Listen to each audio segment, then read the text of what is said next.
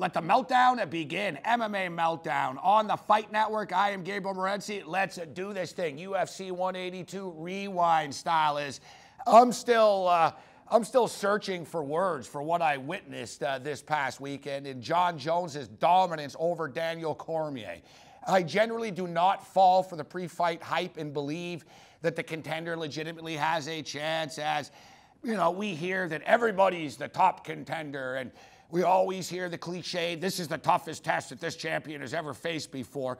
And most of the time, it's just hype. It's just lip service. But I legitimately believe that Daniel Cormier was going to beat Jon Jones. And I'm not going to sit here and bash Daniel Cormier, although I was concerned about the training patterns of Cormier going into this fight. We talked about him doing all that television work, coming off, the knee surgeries and the knee issues that he had, and he needs knee surgery. He's doing these TV things.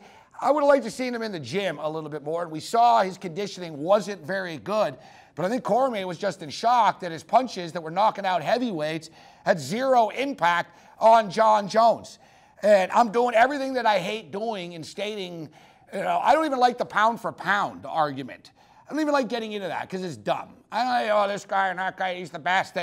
But Jon Jones, the guy's really the best. Like, I don't know if there's an athlete that's ever been in the UFC or ever will be in the UFC, because we always hear, eventually there's going to be these super athletes that arrive in the UFC. That's not true.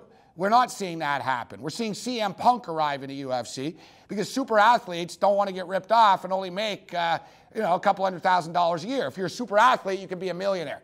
There are very few people like Jon Jones who can maximize his potential in the UFC in a fashion that he has. But I just don't know if anybody can match up athletically with this dude. And maybe it's Gustafsson. That was the toughest fight. Maybe because it's the size.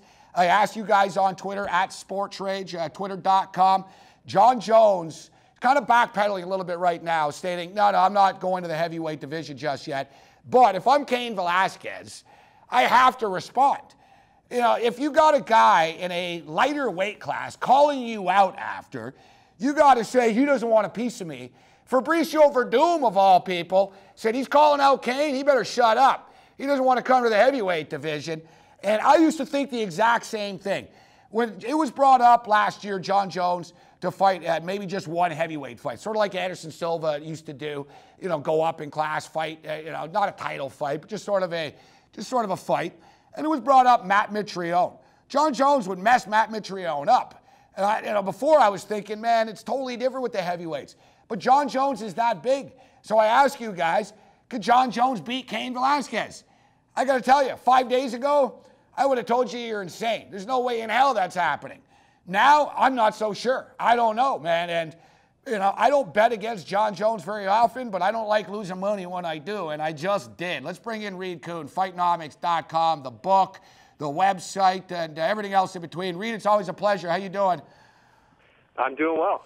So, Reed, just what can you say about the performance? I mean, it wasn't a 10-on-10 performance by Jon Jones, but he absolutely dominated a fighter who a lot of serious people behind the scenes thought that Daniel Cormier's wrestling would be the difference maker. There were a lot of wise guys putting money. I heard a one bet, $22,000 on Cormier. And now in hindsight, Jon Jones minus 175 looked like a late Christmas gift, didn't it?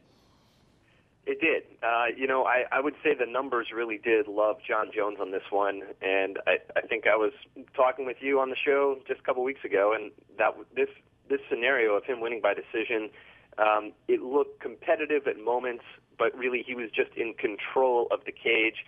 He was able to backpedal and pick apart DC. He was able to do some damage on the inside, and he just didn't show any holes. Cormier could not use that wrestling to his advantage in this fight. He only got credit for landing one takedown, and that was at the very end, and Jones was right back up again. So I got to say the fight actually played out exactly the way I thought it would. The size difference between these two guys was staggering. You see these two guys in the cage together, and one just looks like a giant, and the other guy just can't close the distance. So it was a steal on the betting lines too. These were the closest odds for Jon Jones in his title defense history. He was a bargain, I think, and he came through big.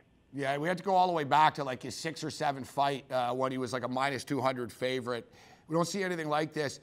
Yeah, but we talk about that size, and you're right. It was just so startling.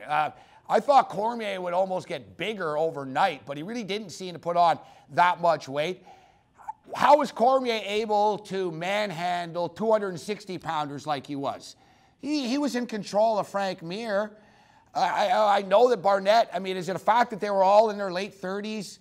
And, one of our viewers actually brought this up in my chat the other night about, you look at Cormier and all the guys that he beat, there weren't any guys in their 20s generally. It was all guys that are sort of at the later stages of their career. Barnett, Mir, Henderson, etc. Was that the difference there? Because the size, I knew the size would be a difference, but Cormier's strength that he displayed against these heavyweights wasn't there. Because he was tossed, he was in control of these heavyweights in the cage, Reed.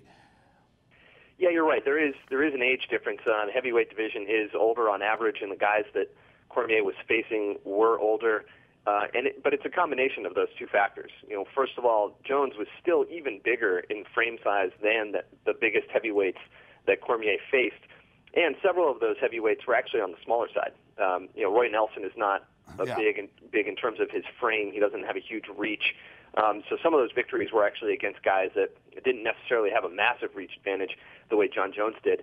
But then you also look at how flexible and the balance of John Jones. I mean, he can hop around on one leg and keep it away from a sweep and still throw a guillotine with his other arm or still land elbows all at the same time. And that's just athleticism. The guy is just built differently, and he's very, very hard to deal with if you don't have some of the same equipment, the way Gustafsson did, where some of the size kind of helped Gustafsson out and make it closer. It's really unbelievable, isn't it? And, John Jones, I had John Jones on. I used to know John personally, and we had him on the show, and he was 4-0, and he was up and coming, and, he's really changed as an individual.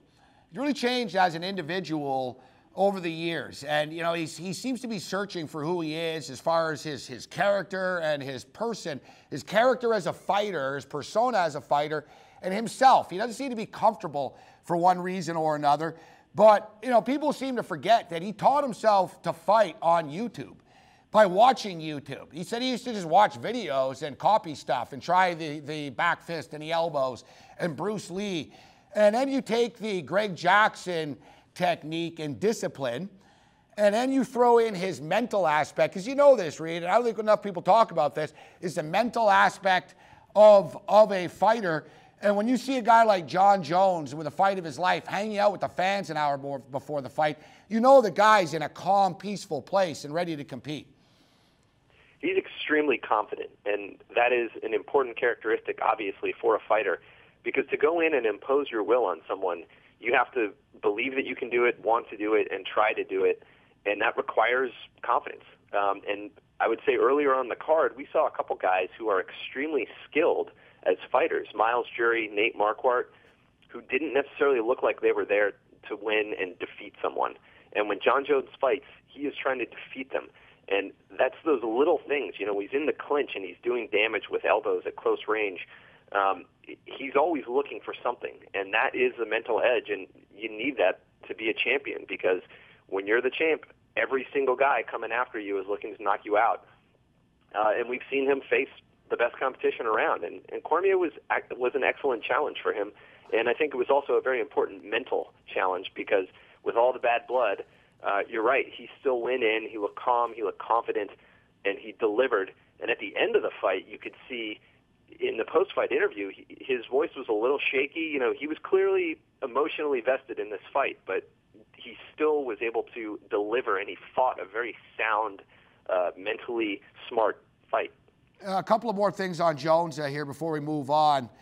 The thing with Jones, he gets criticized for being a jerk, but at the same point in time, this is the fighting game here, and you're right. He goes in there to break your will, doesn't he? He wants to hurt you.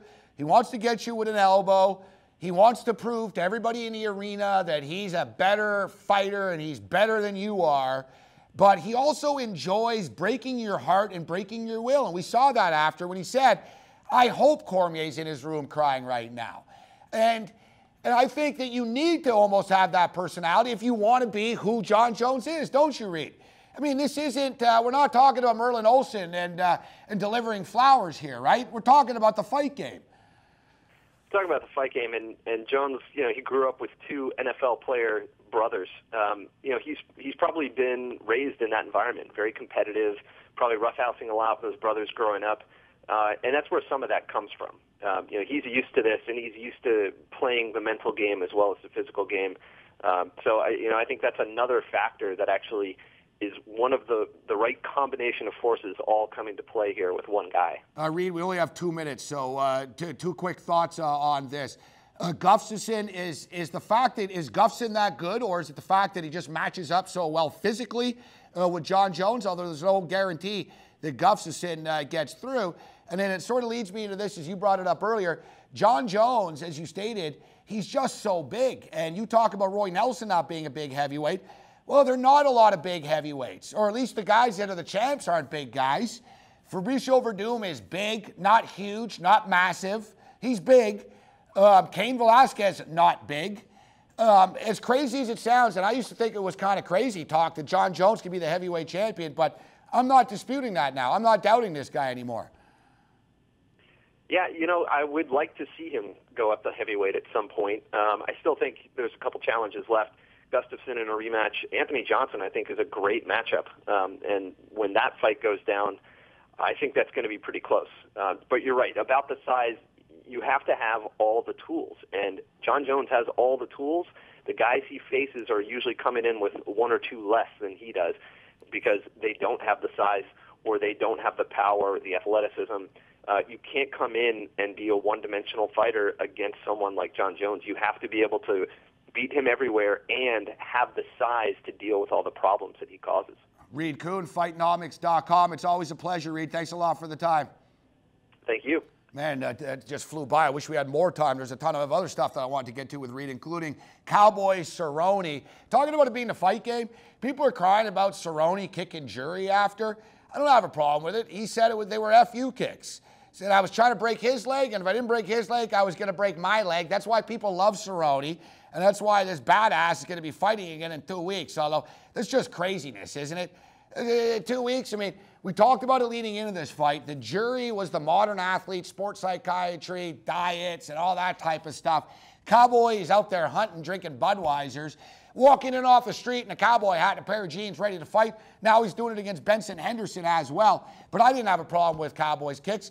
I look at it like he was trying to end the fight strong, man. No problem at all. It's the fight game, people. I mean, this ain't figure skating or synchronized swimming. All right, I asked you guys on Twitter, could Jon Jones really be the heavyweight champion? I don't think it's crazy talk. So I'm going to get to your tweets. We got some crazy videos. And in fact, you've been warned, people. If you got a soft stomach, you're not going to want to watch our videos in a week. We got the nastiest video that we've ever shown on this network. And that says something. MMA Meltdown on the Fight Network continues.